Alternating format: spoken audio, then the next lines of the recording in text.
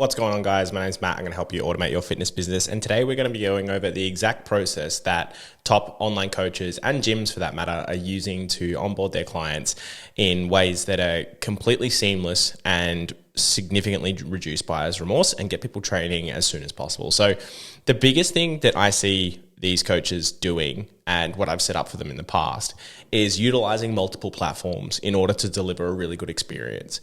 Now, there are times where some platforms can do a certain thing. However, it doesn't always produce the best experience. And I'll explain that in a little bit, and I'll kind of show you what I mean. So this is a rough framework of what I've put together for a couple of clients recently, and a little bit changes per client as it becomes very bespoke to them. However, with this information that we've got here, I'm going to be able to run you through the main parts of the automation and the onboarding. So first things first, we've got a client who signs up. Now, you can either set this trigger to be from like your pipeline. So when your pipeline that you use to manage your sales for your business, if you like move that to like close deal, or you could set this trigger based off your Stripe account, or if you're using a different payment provider. The way that you can begin this automation, and it's almost better to do it off the payment provider. However, you encounter some issues that you might need to consider when you set that up. So in Stripe, for example, if you have multiple products, you need to set up some filtering in there in the automation platform so that when the purchase goes through, it doesn't send out a blanket automation to someone who just bought like a $10 ebook and they don't get onboarded to your coaching. So you need to look at filters there. And I can show you what that looks like in just a second. But that's something that's really important. And if I show you a Zapier one here, so give me 1 sec, I'll just rip this open. And if we go into Stripe, I hope it doesn't bring up any of my financial data. But in Stripe, we go to new customer or new charge, or even new subscription if it's down here. So new subscription. Usually it's this one because you're going to be billing people weekly, monthly, or paid in full, whichever. And you would select new subscription, but on your next step here, you would choose a filter step. So in Zapier, it's filter. In Make, it's just like you click on that little bridge in between and you set the filter. So only continue if product name is your coaching, right? So that's something that's really important for onboarding and just allows you to filter people out a bit easier and give you a bit more peace of mind when it comes to your coaching. So the client signs up. Usually this will be on a call. So a lot of these coaches will get verbal and financial commitment on the actual call. So the payment goes through first. So they've made the big commitment. They've parted with the money. The next step is to run a contract through GHL. Now, a lot of coaches find that the contracts in their business aren't so much so that they can, ensure the cash flow and make sure that the person actually pays, but it's actually a bit bigger than that. And this is where fitness industry is a really big opportunity, is that if you get an agreement from someone saying they're going to do something, their chances of actually completing it are significantly higher. There was I think it was a Kobe written agreement with himself. I think it's this. This one here. I signed a contract with myself. Anyway, this is someone who wrote an article about it. But this is basically the process that I think that Kobe went through, where he would write a contract with himself and sign it at the start of every season and leave it on his bedside table, that basically saying that I'm gonna, train 9 hours a day. I'm gonna hit the gym 6 days a week. I'm gonna practice 1,000 shots a day, whatever it would have been. He made the commitment to himself. He signed it, and he was significantly better when he did that. I can't remember the exact stats. However, the same thing applies in our coaching businesses. When you actually get someone to make an agreement to themselves in writing, they are more likely to actually achieve that goal. So when you create your contract, yes, it does have your payment terms. It has like your reply times. It has all of that information in there. But you also should create and have it be the first section of everything that person's going to need to do in order to make a change. So, they're going to do 10,000 steps a day. They're going to train for at least 8 weeks. They're going to take their before and after photos. They're going to weigh themselves 3 times a week. You're going to have all of the prerequisites that that people need to actually do every day to make a change. Once they have that, they are more likely to get better results and think you're a better coach.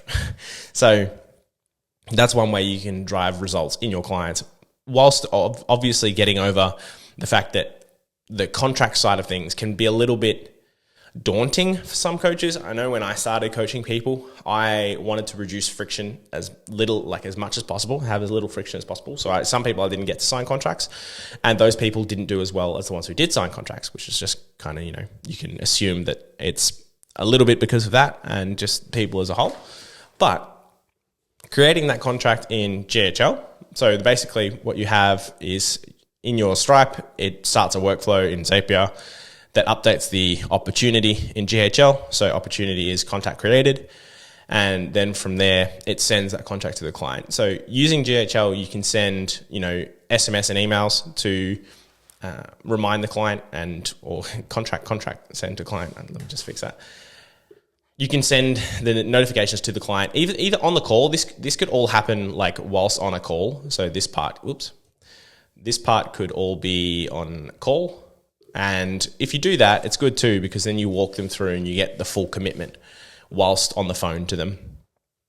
However, if you don't have the contract signed on the call, and if they're out and they need to get to a computer or whatever it might be, then you basically have them in a workflow that sends multiple reminders to get them to actually sign.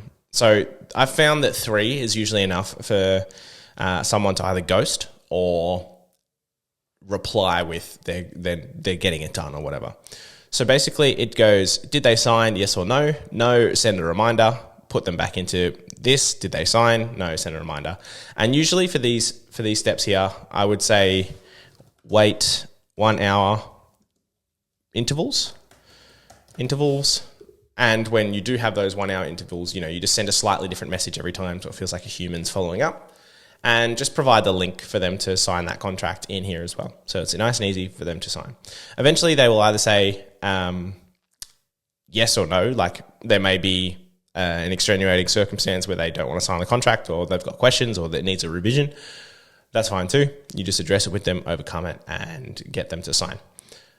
So from there, they get a welcome email. So when they actually sign the contract, and this is what I'm talking about platforms using different platforms for different reasons. Now, GHL has the ability to send emails, right? However, Zapier and Make.com for that matter, Make.com, have the ability to send nicer looking emails. I'm pretty sure you can do this with GHL too, but to be honest, I don't like their interface for building emails. And it's a lot easier these days to do it in Zapier and Make. I mean, you can do it in GHL, but as I said, it's easier in my opinion, in Zapier and Make. So the way that you would do this is when they've signed, so document and contract is signed, it's a GHL trigger, so GHL will then fire off a webhook. So this is I'm just going to type this, webhook to Zapier or Make, saying basically, no, like start this next workflow. So your trigger is the webhook, and your action is a welcome email. So the easiest way to do these welcome emails is literally in Claude and say, basically, hey, I need a HTML email that I can send to my new fitness coaching client. My business name is Mom's Fitness. I need them to fill out a form, placeholder. Let them know I'm available for messages every day, Mon through Friday, between 3 p.m. and 5 p.m., right? And any other relevant info. Cool. So what this is going to do now, it's going to create a HTML email template, which we can use as our template for sending our message in Zapier and Make. So when I say that there's like the right platform for the job, I used to like do everything inside GHL, and yes, it is beneficial. However, to keep everything in one spot. However, I think user experience is more important than your personal experience in business. So like looking at this here, this is the example of exactly what it would look like. Welcome to Mum's Fitness. Dear client name, thank you for choosing Mum Fitness, your partner in fitness journey. Next steps, please fill out our client intake form so I can better understand your needs and goals. You have that form. My availability, like this just looks so much more professional. And all you need to do is essentially just copy that code word for word and put that into the Zapier or make.com module. So in Zapier, it would be a Gmail step. So if we look at this one here, should be able to do this in Gmail, in Zapier. Let's say create email, and let me just do this one. I don't know if it lets me do this. Yeah, okay, well, we'll just leave that for the minute, but you just paste it into the contents where it says this can accept HTML as well, and you can pretty much just whack that off, and so long as you've got your link and you provide your link to Claude, it will embed it in there for you. So when they click the button, when they click this one, it'll take them to the form. So this just looks significantly better in my opinion. Again, you can build this in GHL, but something about it just gives me a bit of an ick, and I like to, make it a little bit nicer. So welcome email saying then there's two things that happen from here.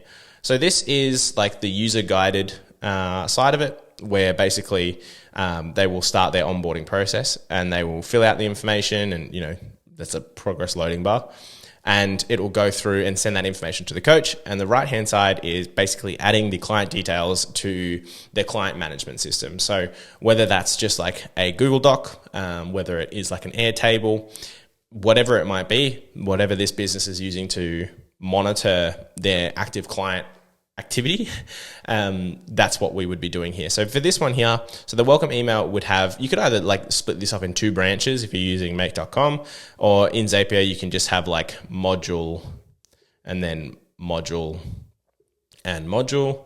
Mind you, with Zapier it gets pretty long. Like if you think about this, like if you have like 10 steps in here, it can get a little bit confusing, and the only time you really use paths in here is if you're doing like if else logic, and in this situation it's not what we want to do. So it does kind of get a bit long, and it's a little bit hard to digest sometimes, and if you're trying to fix something, it might take you a bit longer to fix it.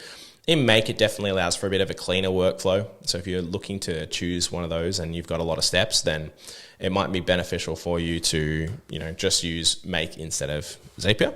However, this is the client filling out the type form that's been sent. This, again, most of the time hosted on Typeform. Typeform just gets better quality responses in the answers. And once that form is completed, another Zapier workflow, so Zap, runs here, and that information is sent to coach via Zapier and email. Now, another thing that you can do is write another email with a table for the onboarding questions that might be asked. Provide dummy data too. So this is just for an example. But you basically can do the same thing where you can take the variables from your type form, so each question, and you can plug them into the workflow. And if we go into Claude, and if we give that information to Claude as well, it will be able to put this nicely in an email for us. And then that information we can either put into a Google Doc, or we can just like keep it in emails. Most people like emails, but if you were to get this email when you start coaching your client, this is significantly easier to manage than, going into a survey response and seeing, okay, so it says this and it says this. I think this is just so much easier to digest. And you can send this to the client as well. So if you were sending this in Make or Zapier, you would just CC yourself into the email, and you would send it to the clients. And the title of the question, title of the email would be, client answers from onboarding form. It's just a good starting point for people to see where they're at too. So this app would then send that information to the coach using Zapier and email, which is what I just showed you. Zapier email again, client is onboarded into training systems. So if you're using like Trainerize, you can add the next step here. Like, let's just look at this one, for example, Trainerize. Or if you're using like TrueCoach, let's just use TrueCoach. I always use Trainerize as an example. This one here, TrueCoach. You can then select create client. So that's pretty simple. Does Everfit have Everfit? Yeah, they do. So what do they have? So they got a couple of different things. Assign client to program. That's actually good to know. I haven't done much work with Everfit, but you can create a client on here, I think. Let's see. Create, maybe. Invite new client. There you go. So invite someone to your workspace. And again, Zapier, Make, depending. One thing that I will note that a lot of these training platforms don't necessarily have a Make integration just yet. And if they offer open access to the API, then you can use that. But a lot of them just do Zapier because this is the most popular automation platform. So just think about that when you're making your choice of which one you want to use. So they're onboarded to the training systems. Most training apps will send their own email. So their own welcome email. If they don't, you can send your own, but most of the time it sends like their username and password to the person. And this is fine. You can just leave that. The next one, the training app. So the coach actually begins programming for the client. So depending on if you have automated systems for this or not, or if everyone gets like a beginner program or if you do 100% bespoke, the coach starts coaching. So this is me adding exercises to their training plan. And from there, once you've completed it, the program's complete and the client is sent a welcome message. Now, you can manage this to trigger off this welcome message via like a pipeline in GHL, for example. So if you had like a stage in your, let's get out of this, in your like pipeline, which is just like these things. So you've got like inquired, booked call, contract signed, and then like you could have a final one that is like program completed. And when you drag someone into there, it can send just like a welcome message, like triggered off from GHL to Zapier, that then sends an email similar to the ones that I've shown you saying, hey, your program's completed, super excited for you to get started. This is how you use your training app. This is how you communicate with me, blah, blah, blah, blah, blah. Any of the information that you want to essentially use in there is super important. So that's the client side. The second side that we're looking at here is the admin side. So this really varies for each business. I've not come across a business that has the exact same process when it comes to this.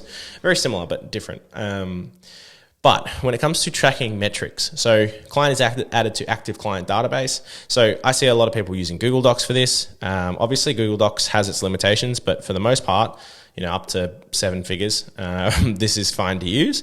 Another one that you could use is Airtable. So Airtable is just like a more complicated, I want to say not complicated, a more powerful database as a platform. So all Google Docs is, or Google Drive rather, and Google Sheets, not Docs, Google Drive and Google Sheets is just a database as a service. Airtable is also that. So Airtable just allows you to make it look a little bit nicer.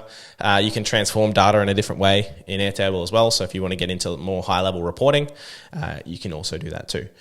So with that, you like update your Airtable, and whether that's like a closed deal and like you add the dollar amount to how much it was. You can do that through like the contract amount. So contract will usually have the dollar amount here too. And if you have a custom variable along the way, you then can add that to your Airtable or your Google Doc. And that will allow you to track how much money you're making, which is cool. And then finally from there, once this welcome email is sent, essentially you can just like update your CRM. So it really depends on what you choose to do here. So like for this example, client added to active client database. So you would potentially, like this stage could be like an onboarding stage. And this is where people kind of sit whilst you do their training program, whilst they've sorted out all their shit essentially. And then they move when you're done to active client. So I got a little bit back and forward there, where these things kind of interact with themselves. And this process is actually, as I said, very bespoke, but if you are covering these major components and these major areas, you'll find that clients, one, will get started training with you quicker because you don't have to worry about all this junk, right? You don't have to do all of this boring work that may take you, 15 minutes to create a contract, 5 minutes to send it to the client, 2 days to continuously remind them to sign, 20 minutes to write a welcome email, another 2 days for someone to fill out a client form. You forget to, add this in. So your accuracy is bad. You never update your GHL opportunities. The onboarding information is completed in Typeform, but you didn't know that it was completed. So you never actually started coaching them. You then had to go in like a week later and check to see if it's done. And then the client's messaging you being like, oh, that's not a question mark, this one, question mark, like, where are you? Why have I not started my training yet? Then you need to onboard them to the training app. This takes half an hour, and then you need to program for them. It takes another hour. Then you send a welcome message and maybe you forget it and they haven't downloaded the app yet. And there's so many things that can go wrong. I've seen this process take up to 2 weeks with clients. And with this process, you can get it down to literally under an hour, if that, when it comes to getting them from signed up to program completed. If you're doing bespoke training programs, you could literally get this done in an hour if they do a majority of this on the phone call with you. So I hope you guys found this one valuable. Again, very high level that you can, pardon the pun, that you can see what these coaches are doing. If you want to jump in and implement this for your business, you can join my free school group that has a tutorial on how to do it. It's in the classroom section here, Fitness Automation 101. If you want someone just to do it for you, you can jump in and just apply with me as well. So my website is knockonautomation.com with the little dashes here. You just click on schedule a call and then you go through the application process, which is just a few questions about your business, and then you'll book a call with me. So I hope you guys found this valuable, and I will see you again soon. Peace.